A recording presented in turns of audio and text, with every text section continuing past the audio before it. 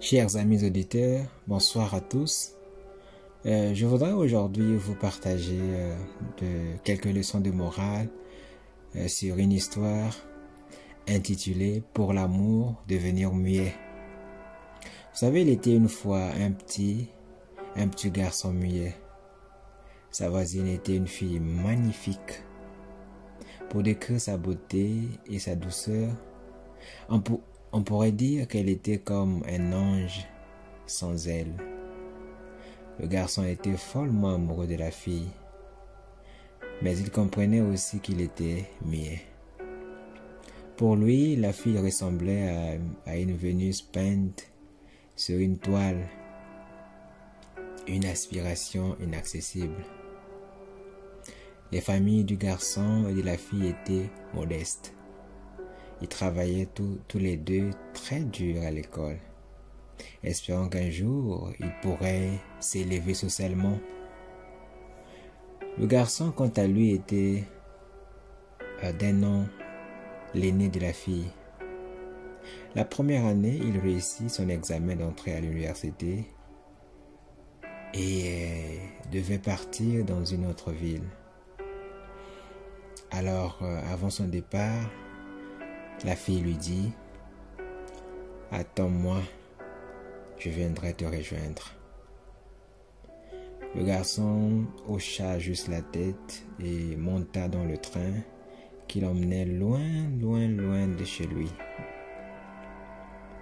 L'année suivante, la fille reçut sa lettre d'admission à l'université, donc la même université. Devant les portes de l'université, sa beauté attirait l'attention de nombreux garçons admiratifs et des filles jalouses. Elle cherchait quelqu'un. Elle fouilla tous les départements, mais elle ne trouva pas le garçon. Et un professeur lui dit « Ma fille, l'année dernière, il ne s'est pas présenté. » La fille pleura, des larmes si déchirantes, se brisant au sol avec ses espoirs accumulés durant des années. Mais la fille trouva la force de se relever. Elle croyait fermement que le garçon travaillait dur quelque part et elle ne voulait pas abandonner. Cependant, la fille ne pouvait pas payer la totalité des frais de scolarité. Bien que l'école ait réduit une partie de ses frais, mais cela restait un défi très important pour elle. Alors un jour, la fille reçut une fausse lettre, son père lui annonçant qu'un parent avait accepté de financer ses études universitaires. La fille sourit. Depuis qu'elle est rentrée à l'université, c'était la première fois qu'elle riait aussi joyeusement. Chaque jour, de nombreux garçons, talentueux et pourtant, gravitent autour d'elle, mais dans son cœur, il n'y avait que son muet. Pendant donc les vacances, elle rentra chez elle. Donc, devant les parents, « Avez-vous des nouvelles de lui ?» demanda-t-elle aux parents du garçon. « Non, nous sommes aussi très inquiets, » répondirent-ils avec des mots. Mais leur visage restait étrangement calme. « Puis-je rendre visite et remercier ce parent qui m'a aidé ?» demanda la fille à ses propres parents cette fois-ci. « Ce n'est pas nécessaire, dirent-ils. Elle habite très loin, c'est une parente éloignée. » Mais pour une raison inconnue, leurs expressions semblaient très tendues. Et finalement, la fille intelligente comprit. Le garçon n'avait pas donc disparu, mais elle choisit de garder cette révélation pour elle-même, enfouissant cette joie profondément dans son cœur. Et donc, elle décida donc d'étudier sérieusement. Après avoir obtenu son diplôme, elle irait le retrouver. 4 années donc passèrent en un éclair. La fille obtint son diplôme ainsi qu'un contrat de travail dans une entreprise internationale très renommée. Elle rentra chez elle, impatiente alors. Face à la détermination de la fille, les parents du garçon cédèrent finalement et lui révélèrent où il travaillait. Dans un atelier industriel rempli de gaz acide, de vapeurs brûlantes, où l'on ne voyait rien à 1 mètre de distance. La fille donc se tenait à l'entrée. Elle regardait le garçon qui ne pouvait plus parler. Les larmes coulèrent de ses yeux. Attiré par les sanglots, le garçon tourna la tête et, en un éclair, disparut dans les vapeurs brûlantes. La fille se précipita à l'intérieur, cherchant désespérément parmi les silhouettes, chaque ombre brisant ses espoirs. Enfin, dans l'atelier le plus éloigné, elle trouva cette silhouette familière, mais étrangement changée.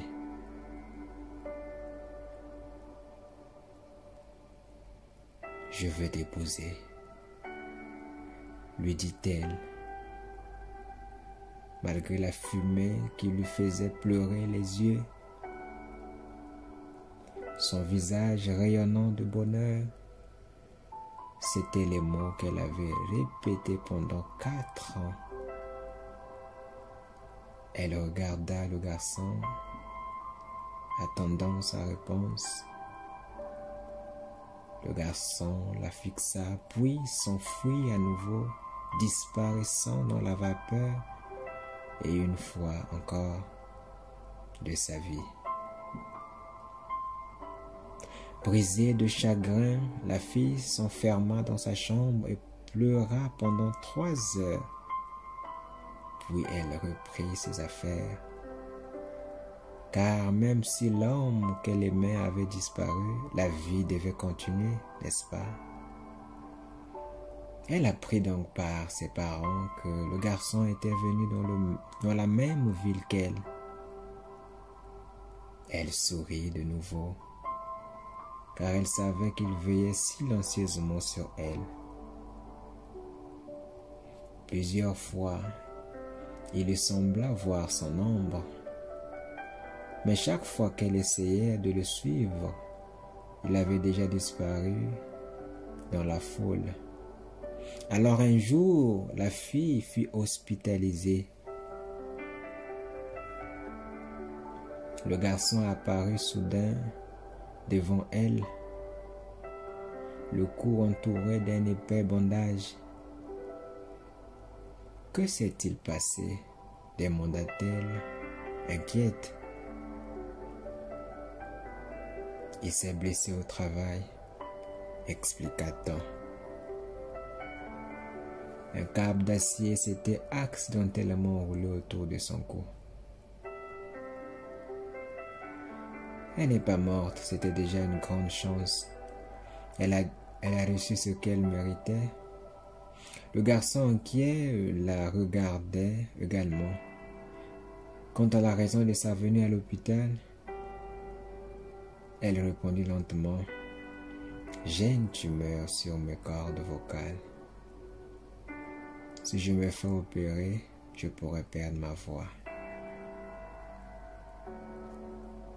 En disant cela, ses yeux reflétaient pourtant une certaine joie.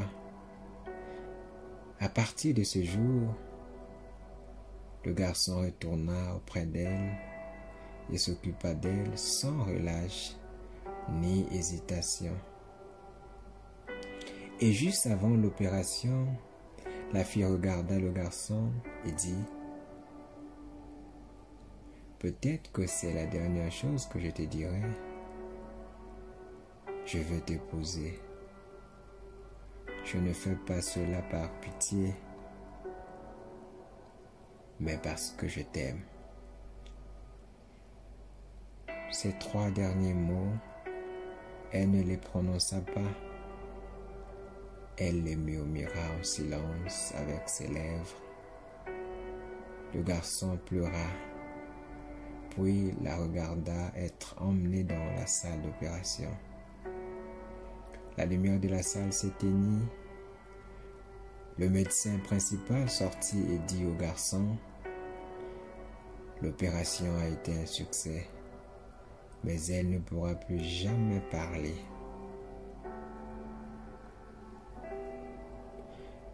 Ensuite, le garçon vit dans les yeux de la fille un bonheur éclatant.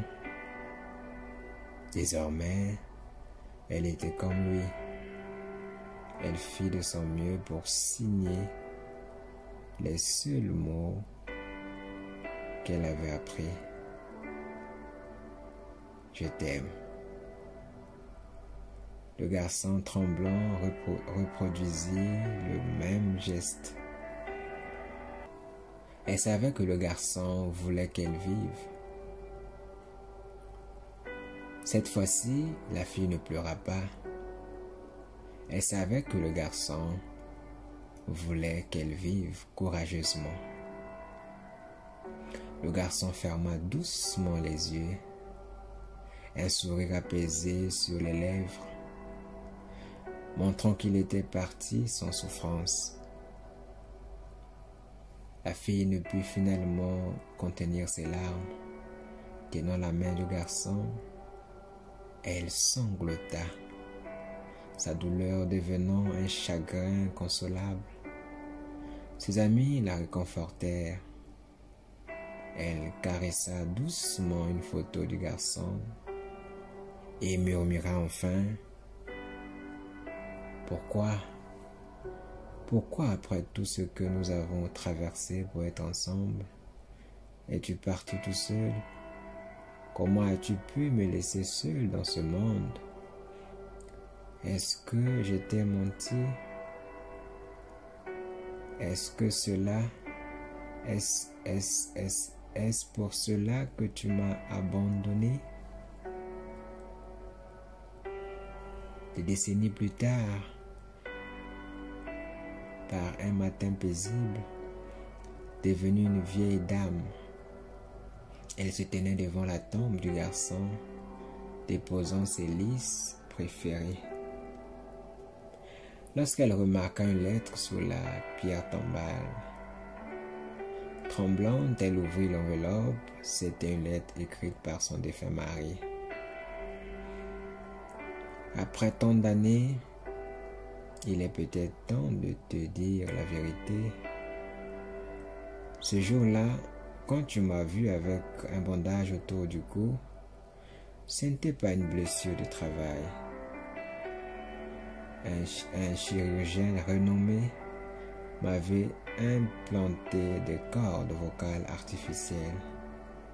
Très tôt, j'ai retrouvé ma voix, mais parce que je savais que tu ne l'aurais pas souhaité, j'ai gardé cette joie au fond de moi.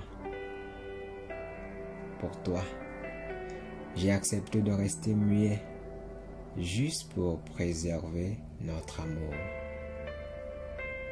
Elle pensait qu'il n'y aurait plus de larmes, mais des décennies plus tard, elle goûta de nouveau à l'amertume des pleurs. La lettre disait: « La sincérité est la base de l'amour, mais parfois un mensonge bienveillant peut exprimer un amour au-delà des mots. » Merci, chers auditeurs, d'avoir pris le temps d'écouter ce podcast, cette histoire. Je vous souhaite des meilleurs vœux. Si vous aimez ce podcast, n'hésitez pas de les partager et surtout me proposer les sujets qui vous intéressent pour que j'en fasse des podcasts. Merci.